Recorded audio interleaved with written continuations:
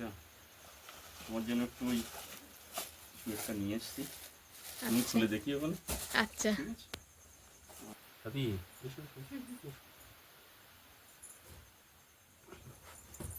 খুবই সামান্য কিছু উপহার দিয়ে আমি সাথীর সঙ্গে এবারে দেখাটা করলাম। যদিও এখনো পার্সেল বক্সে কি আছে এখনো দেখেনি।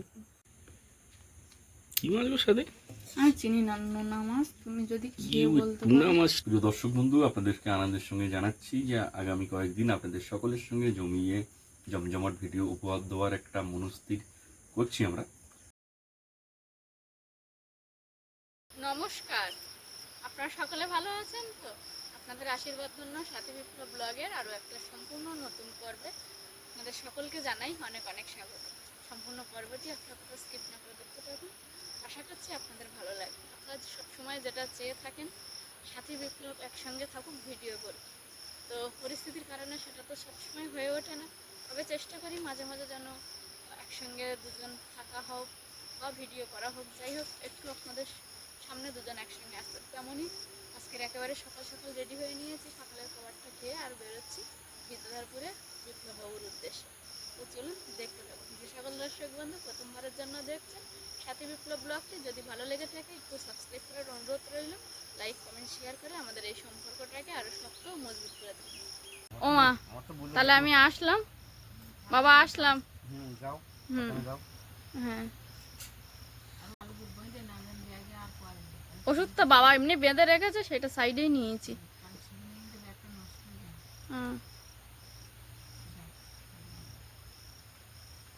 বাড়ির ধারে সেই রাস্তা ধরে হেঁটে চলেছি আমাদের বালিখাল বাজারের উদ্দেশ্যে, যেখানে আমাদের ম্যাজিক স্ট্যান্ড আছে। তবে এই ওয়েদার খারাপ হওয়ায় মাঝে মাঝে ম্যাজিক পাওয়া যায় না, তখন আবার অটো বাস এরকম করে করেই যেতে হয়। লাস্টবারে যখন মা আর আমি গেছিলাম তখন 3টে গাড়ি চেঞ্জ করে যেতে হয়েছিল, প্রচণ্ড কষ্ট হয়েছিল। আর বৃষ্টিও হয়েছিল সেদিন যাওয়ার পথে। আজকের ওয়েদারটা খুব ভালো নেই, তবে যদি বৃষ্টি না হয় তাহলে অসুবিধা হবে না, 3-4টে গাড়ি পাল্টালেও। যদি বৃষ্টি হয় তখন খুব কষ্ট হয়ে যায়। এখান থেকে দেখা যাচ্ছে স্ট্যান্ডে একটাও ম্যাজিক নেই, এখন কি হবে জানি না পরিস্থিতি। হ্যাঁ, ঝাড়গুলি থেকে বেরিয়ে আর কোনো ক্লিপিং নিতে পারিনি, রাস্তায় প্রচণ্ড বৃষ্টি হচ্ছিল। আর আজকে যেন আসার সময় শরীরটা একটু খারাপ লাগছিল, যে কোনো ক্লিপিং সেভাবে নেওয়া হয়নি। একবারে বিদ্যাধরপুর বাড়ি ঢুকলাম, ঢুকে একটু চোখে মুখে হাতে জল দিয়ে তারপরে আবার আপনাদের সঙ্গে দেখা করলাম। তো আজকে টুকটাক অল্প কিছু বাজার করেছি, সেটাই আপনাদেরকে দেখাবো। আর আমি আসবো বলে বিপ্লববাবু কী কী করে রেখে গেছে সেগুলো আপনাদেরকে দেখাবো। এখানে বেশ কিছু মেডিসিন রেখে গেছে, আর সঙ্গে আমার ঘরে পরার যে ম্যাক্সি সেটাও রেখে গেছে। এই দেখছি গ্যাসের উপরে কিছু একটা ঢাকা দেওয়া আছে, 2টো প্রেশার কুকার আর ঢাকা দেওয়া ছিল একটা কাপ নাইটি দিয়ে। দেখি এখন কি আছে। ও এটায় ভাত করে রেখে গেছে। আচ্ছা, আর এটাতে কি আছে দেখা যাক। আলু আর ডিম সেদ্ধ করে রেখে গেছে আমার জন্য। বাজার করে নিয়ে এসছে। এতে একটু মাছ আছে, যেটা পরে দেখাচ্ছি। সবজির মধ্যে আছে বেগুন, টমেটো, গাঁটি কচু আর উচ্ছে। এই হচ্ছে আজকের বাজার। আর মাছটা নদীরই মাছ, আমি তবে নাম জানি না। এবারে ফোন করে শুনেছিলাম ঘরে কোনো খাবার আছে কিনা, বললো না শুধু অল্প একটু মুড়ি আছে আর কাঁচা চিংড়ি। তা আমি এখন দুপুরে খাবো একটু টক দই এনেছি। আর এই গজাটা মাকে যখন নিয়ে ডাক্তার কাছে গেছিলাম ট্রেনে খেয়েছিলাম, ও খুব ভালো বলেছিল, তাই ওর জন্য এনেছি। আর আমি তো কয়েকটা দিন থাকবো, তাই আমার জন্য এই খাবারটা এনেছি। দুজনই খাবো, তবে আমার এই খাবারটা খুব ভালো লাগে আর ও এটা খুব ভালো বলেছিল, তাই ওর জন্য এটা এনেছি। মাছগুলো ভালো করে ধুয়ে নিয়েছি, এতে একটু নুন হলুদ মাখিয়ে আর ভেজে রাখবো হালকা করে। এখানে একটা কড়াই দিয়ে দিয়েছি, এর মধ্যে দেবো মাছ ভাজার জন্য তেল। কড়াই তেল খুব ভালোভাবে গরম হয়ে গেছে, এবার দিয়ে দেবো এর মধ্যে নুন হলুদ মিশিয়ে রাখা মাছ।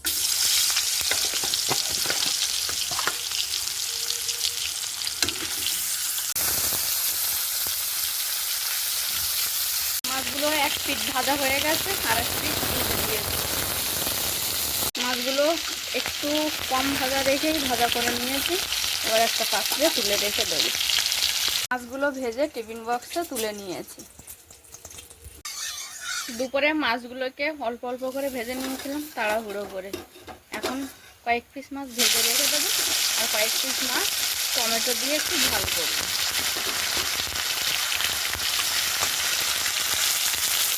মাছগুলো ভাজা করে নিয়েছি ভালো করে, আবার পরে একটা পাত্রে আবার তুলে নেব। ওদিকে মাছগুলোকে ভালো করে ভেজে নিয়েছি, ততক্ষণে আমি এই যে কেটে ধুয়ে এনেছি সবজিগুলো। প্রথমে ভেবেছিলাম একটু বেগুন ভাজা করবো, মাছের ঝাল করবো, তারপর ভাবলাম না, নদীর মাছ তো বিপ্লববাবু বেগুন দিয়েই বেশি পছন্দ করে, তাই টমেটো আলু বেগুন দিয়ে মাছটা রান্না করব। এবার এর মধ্যে দিয়ে দেবো পরিমাণ মতো লবণ আর হলুদ। সমস্ত রকম সবজি একটু ভাজা ভাজা করে নিয়েছি, এবার পরিমাণ মতো জল দিয়ে দেবো। তরকারির ঝোলটা একটু ফুটে গেছে, এর মধ্যে দিয়ে দেবো ভেজে রাখা মাছের টুকরোগুলো।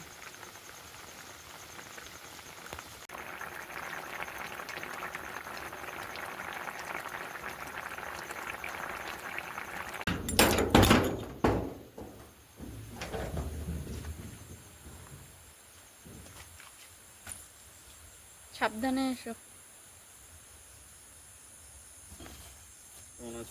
ভালো আছি, তুমি কেমন আছো? আচ্ছা, তোমার জন্য একটু ওই একটা নিয়ে এসছি, তুমি খুলে দেখি এখন। আচ্ছা, ঠিক আছে। আর পেয়ারা কিনেছিলাম, পেয়ারা কোথায়? পেয়ারা কোথায় একটা দেখেছি, বুঝলে? আমি না মনে মনে ভাবছিলাম তোমাকে বলবো পেয়ারা আনতে। আচ্ছা, পেয়ারা তুমি পেয়ারা পছন্দ করো আমার মনে ছিল, এবার মনে থাকা আর রাস্তায় পাওয়া, হ্যাঁ, যে রাস্তায় সেইটাই। যাই সেই রাস্তায় পাওয়া দুটোর মধ্যে তফাৎ হয়। মোটামুটি নিয়ে এসছি, ভালো পেয়ারা, খুব সুন্দর। ঠিক আছে। আর এটা হচ্ছে 3টে মশলা আছে। কি মশলা? রান্নার মশলা। এটা আচ্ছা আমার খুব ফেভারিট একটা কোম্পানি, আচ্ছা। ঠিক আছে। হ্যাঁ। আগামী কাল আমার কাজ আছে, তারপর তো আমরা ছুটি করবো, হুম বাড়িতে চেষ্টা করবো নতুন কিছু বানানোর, ঠিক আছে। যদিও দর্শক বন্ধুদের আমি কোনো কোম্পানির প্রমোট না করলেও শুধু কোম্পানির নাম একটুখানি বলতে হবে। ইন্ডিয়াতে আছে, আমি জানি না বাইরে এটা পাওয়া যায় কিনা, আর এটা লোকাল মার্কেটে খুব কম পাওয়া যায়, ঠিক আছে। আপনি যে এরিয়ায় বসবাস করেন সেখানকার যে মুদিখানা বা যে রিটেলারের কাছে আপনি কেনাকাটা করেন সম্ভবত এই মশলাটা পাওয়া যায় না, তবে এটা আমি বড় বাজার থেকে আনিয়েছি। এমডিএইচ কোম্পানির কিচেন কিং চিকেন মশলা আর মিটকা মশলা। এখন মার্কেটে আপনি আরও অনেক কোম্পানির চিকেন মশলা, কিচেন কিং পেয়ে যাবেন, আপনি সানরাইজেরও পেয়ে যাবেন, টাটা কোম্পানির পেয়ে যাবেন, সবাই মোটামুটি কিচেন কিং বের করেছে, চিকেন মশলা বের করেছে, ঠিক আছে। কিন্তু বড় বড় শেফরা তারা এই মশলাগুলোকে কিচেনে কিন্তু ব্যবহার করে, বড় বড় হোটেল বা রেস্টুরেন্টে, ঠিক আছে। তো এই সিক্রেটটা আপনারা চাইলে বাড়িতে একটু অর্ডার করে ট্রাই করতে পারেন। আমার মনে হয় না যে আপনারা নিরাশ হবেন, যদিও আমি কিন্তু আরও একবার বলছি যে আমি কোনো কোম্পানির প্রমোট করছি না। এমডিএইচ মশলার যদি ইতিহাস দেখা যায় মোটামুটি 100 বছরের বেশি পুরনো, এবং ওপরে একজন পাগড়ি বাঁধা বয়স্ক মানুষের ছবি থাকবে, আর বড় ক্যাপিটাল অক্ষরে এমডিএইচ লেখা থাকবে। তো এটা দিয়ে যখন আমরা রেসিপি টুকটাক বানাবো, রেসিপি না ঘরোয়া খাবারই হয়তো হবে, হয়তো কোনোদিন মাছের ঝোল বা চিকেন ফিকেন হবে, তাতে এই মশলাগুলোকে অ্যাপ্লাই করবা, সেটা রিভিউ অবশ্যই সাথী দেবে। সাথী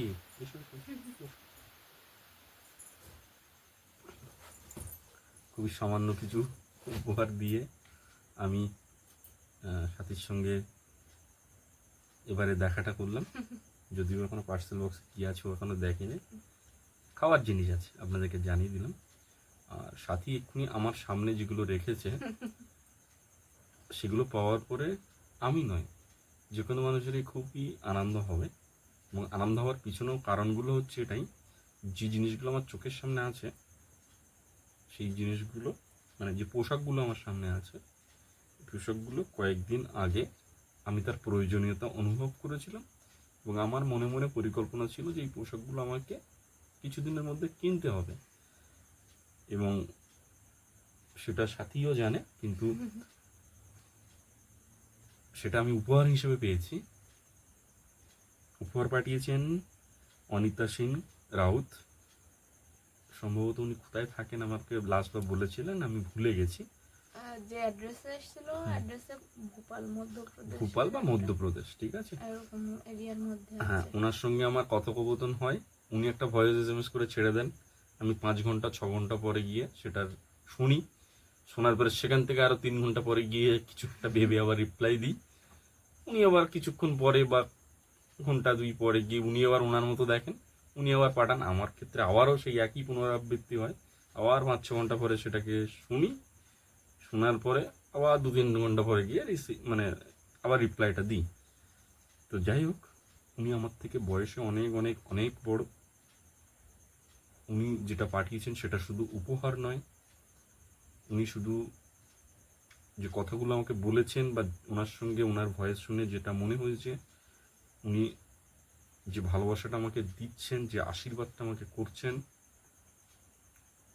এইটার জন্যই হয়তো এত লড়াই, এই ভালোবাসাটা পাওয়ার জন্য, এই ভালোবাসাটা, এই আশীর্বাদটার জন্যই হয়তো এতটা খিদে।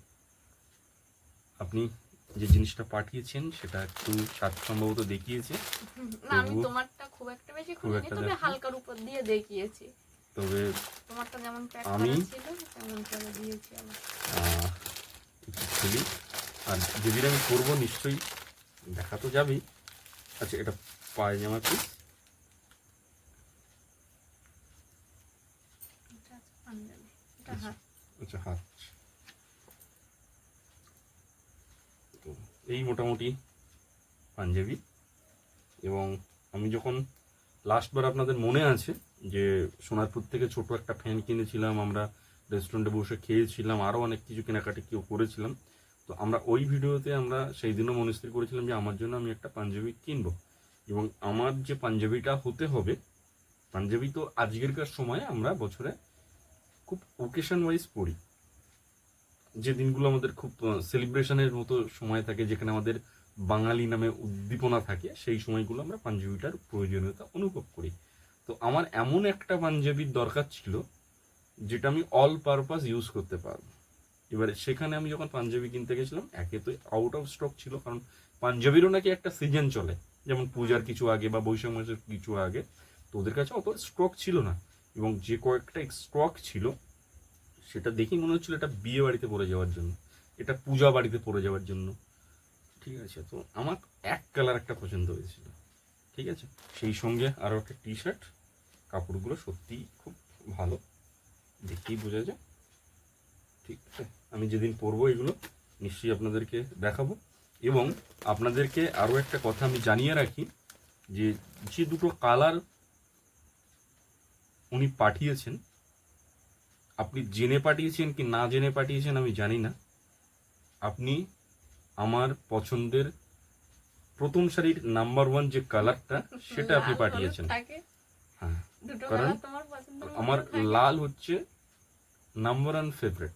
আমি যেটা পরে আছি, এটা কোম্পানি আমাকে অন্য কিছু দিতে চেয়েছিল, আমি এটা নিয়েছি। আমার কাছে রেড কালারের আপনি অনেক টি শার্ট দেখতে পাবেন, শার্ট দেখতে পাবেন। এবারে রেড যদি না হয় সেক্ষেত্রে আমি অপশনাল হিসেবে হোয়াইটটাকে বেশি পছন্দ করি, ঠিক আছে। এবং এর পিছনে কিছু বৈজ্ঞানিক কারণও আছে। আমি যখন স্কুলে ছোটোবেলা পড়তাম, ওই 8-9-এ পড়ি, তখন মাস্টারমশাই যখন রামধনুর 7টা রং নিয়ে বোঝাতেন, তখন বোঝাতেন সব থেকে উজ্জ্বল রংটা কোনটা। তো সেখানে গিয়ে মাস্টারমশাই আমাদেরকে বলতেন যে লাল রংটা সব থেকে উজ্জ্বল, মানে সবার দৃষ্টি আকর্ষণ করে, ঠিক আছে। এবং সব থেকে কমজোরি কালার হচ্ছে বেগুনি, যদিও বেগুনি অনেক মানুষের পছন্দ, আমি সেই বিষয়ে যাচ্ছি না। আমার যেহেতু লাল পছন্দ, আমি সেই কথাটাকেই তুলে ধরার চেষ্টা করছি। তো তারপরে আমি যখন হোটেল ইন্ডাস্ট্রিতে আসলাম, তখন এটাকে পছন্দটা শুধু পছন্দ নয়, এটার পিছনে একটা টেকনিক জুড়ে গেল, যে আচ্ছা লাল যদি আমি পরে লালের মতো কোনো পোশাক পরি, তাহলে আমি 10টা মানুষের মধ্যে থাকলেও আমি সবার দৃষ্টি আকর্ষণ করতে পারবো। তো এটা একটা পয়েন্ট ছিল। আরও একটা জিনিস যেটা আমি নিজে করতাম, আমি তো সব জায়গায় সব সময় প্রেজেন্ট থাকতে পারতাম না, যেহেতু আমি হোটেল ইন্ডাস্ট্রিতে কাজ করি। পূজা ওকেশনে এই সমস্ত বিষয় আমি সবসময় ওকেশনে আমি প্রেজেন্ট থাকতে পারতাম না। আমি প্রেজেন্ট থাকতাম কয়েক মুহূর্তের জন্য, কয়েক ঘন্টার জন্য আমি মানুষের মাঝখানে প্রেজেন্ট হতাম। তো আমি যখন করতাম, আমি লাল ড্রেসটা পরতাম, এটাই কি হতো, সকলের দৃষ্টি আমি অ্যাটেনশন নিতে পারতাম, আর আমি প্রচুর জোরে জোরে কথা বলতাম আর প্রচুর অট্টহাসি করতাম। তো তাতে কি হতো, আমি যে অনেকক্ষণ অ্যাবসেন্ট আছি এটা কাউকে আমি কখনো বুঝতে দিতাম না। তো এটার সঙ্গে এই চিন্তা ভাবনার সঙ্গে ভাবতে ভাবতে লালটা আমার কাছে কিন্তু পছন্দের কালার হয়ে উঠেছে। এবং আজকের সময় যদি অন্য কোনো কালার আমাকে পরিধারণ করতে দেখেন, সেটা একান্তই নিশ্চয়ই তার পিছনে কোনো কারণ আছে। হতে পারে কেউ গিফট পাঠিয়েছে, তারটা ফেলে দেবো না, গ্রহণ করতে হবে, তার জন্য আমি সেটা Gift করছি। মানে সবসময় হ্যাঁ, খুব ভালো হয়। সেটা আছে। বা কোনো একটা কালার হয়তো ভাই চুজ করেছে, তার ছোট হয়েছে, সেক্ষেত্রে একটা জিনিস কেনার পরে কেন নষ্ট হবে, আমি পরে নিলাম। তো সেক্ষেত্রে যদি আমি কখনো লাল না পরি, তো তার কারণগুলো কিন্তু পিছনে এরকম একটা স্ট্রং যুক্তি থাকতে হবে। তো এতগুলো কথা বলবার কারণ, আন্টি আপনি যেটা পাঠিয়েছেন, আপনি জানতে অজান্তে আপনি আমার খুবই পছন্দের একটা কালার পাঠিয়েছেন। তো আচ্ছা, গিফট তো থ্যাংক ইউ সো দেখলে মাচ। সঙ্গে একটা, আমি কিন্তু এটা পরবো এবং নিশ্চয়ই খুব আনন্দ করবো, আর সেই আনন্দের মুহূর্ত আবারও ক্যামেরা বন্দি হবে আর আপনাদের সকলকে দেখাবো। লাস্ট বার যখন মাকে ডাক্তারের কাছে নিয়ে আমরা সবাই ট্রেনে করে ফিরছিলাম, মা আমি তুমি, তখন আমি এটা কিনে নিয়েছিলাম। নিয়ে তুমি আমি মা খেয়েছিলাম। সাধারণত তুমি এরকম ধরনের খাবার পছন্দ না, করো আমি না, মাছের কখনোই ঝালের বাইরে। মাছ রাস্তাঘাটে মাছ যে খুব একটা খেয়েছি সেরকম কিছু না। তাই ওটা আজকে এনেছি। আর যেহেতু আমরা দুজন বেশ কয়েকটা দিন একসঙ্গে থাকবো, তোমার ছুটিও পড়বে, তাই তোমাকে জিজ্ঞাসা করেছিলাম যে ফোনে ঘরে কোনো শুকনো খাবার আছে, তুমি বললো মুড়ি আর চিড়ে ছাড়া কিছু নেই। তাই একটা বড় প্যাকেট এনেছি এই খাবারটা। খুব ভালো করেছো। এইটা আমাদেরও তো একটা সময় টাইম পাস হবে। আর আর একটা জিনিস হচ্ছে, আমি তো সবসময় বাড়িতে থাকি না। তো আমি যখন লাস্ট 2-3 দিন আমি বাড়িতে থাকবো, প্রেজেন্ট আছি, কেউ না কেউ বুঝতে পারবে, কেউ না কেউ আসবে। তো আমাদের বাড়িতে যখন একটা কোনো অতিথি আসে, তাকেও তো আমাদের কিছু না কিছু দেওয়া উচিত। আমার বাড়িতে বিশ্বাস করুন, চা চিনি জল খাবার কিচ্ছু থাকে না, কারণ আমার বাড়িতে আমিও থাকি না, কোনো কেউ আসেও না, রেখে দিলে সেটা নষ্ট হয়ে যায়।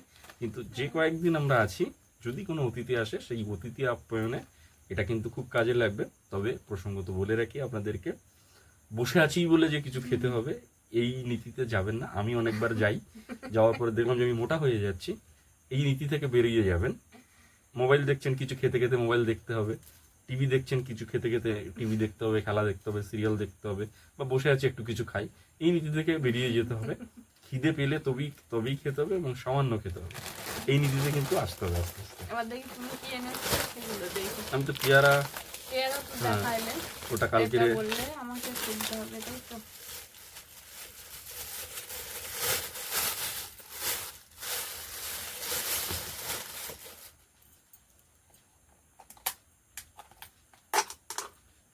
এটা কি চাটনি? চাটনি। আচ্ছা, কিসের? এটা সিক্রেট চাটনি। আচ্ছা, ঠিক আছে, এটা আমি চাইলে বাড়িতে বানাতে পারবো না, এগুলো অনেকগুলো জিনিস দিয়ে এই চাটনিগুলোকে বানানো হয় এবং এটা সেগুলো তুমি বাড়িতে বানাতে পারবে না? না, আমি চাইলেও বাড়িতে বানাতে পারবো না। খুব সুন্দর স্মেল বার হচ্ছে। হুম। আরেকটা যেটা লাস্ট বার বাবু আমাকে বানিয়ে খাইয়েছিল, মোমো। আমি বাইরে মোমো খেয়েছি, তবে বাবুর হাতের মোমোটাই আমার বেশি টেস্ট লেগেছে, তাই না আজকে এটাও টেস্ট করবো। এটা আমাদেরই শেফরা বানিয়েছে, আমাদের যে রেসিপি, আমরা যে রেসিপিটা চিনি, জানি, বুঝি, সেই রেসিপির মোমোই এটা। এবং আজকে ফ্রেশ বানাচ্ছিল, আর সাথীও এসেছে। আমি বললাম কেন না এক প্লেট নিয়ে যাওয়া যায়। আর এটাকে পুরো বিলিং করে নিয়ে আসা হয়েছে আমাদের ক্যাফে থেকে। আর সেক্ষেত্রে আমরা যেহেতু স্টাফ আছি, আমাদের একটা ডিসকাউন্ট আমরা পাই। তো বলা ভালো যে এটা কোনো ফ্রিতে কিন্তু নিয়ে আসেনি। হ্যাঁ, চলো, অনেক চলো। গল্প হলো। হুম। আর তুমি ফ্রেশ হয়ে নাও, তারপর দুজনে একসঙ্গে ভাত খাবো, চলো। সঙ্গে মোমো। আর হ্যাঁ, আপনারা কখন দেখছেন জানি না, যদি খাওয়া দাওয়ার বন্ধ করে যদি এই ভিডিও দেখেন, আপনারাও প্লিজ খেতে বসুন। খেতে বসে বসে আবার দু একটা কথা আপনাদের সঙ্গে হবে। একদম। চল, কি মাছ গো সাথে? আমি চিনি না নোনা মাছ, তুমি যদি খেয়ে বলতে টুনা পারো। মাছ টাইপের কিছু হবে, টক টক লাগে মনে হয় একটু। না, টক তো লাগবে, জানি না না, আমি। টক লাগবে কিন্তু টেস্ট হবে।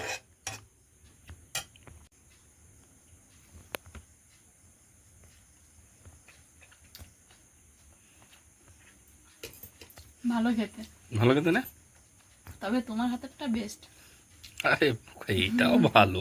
হ্যাঁ, এটাও ভালো। হ্যাঁ,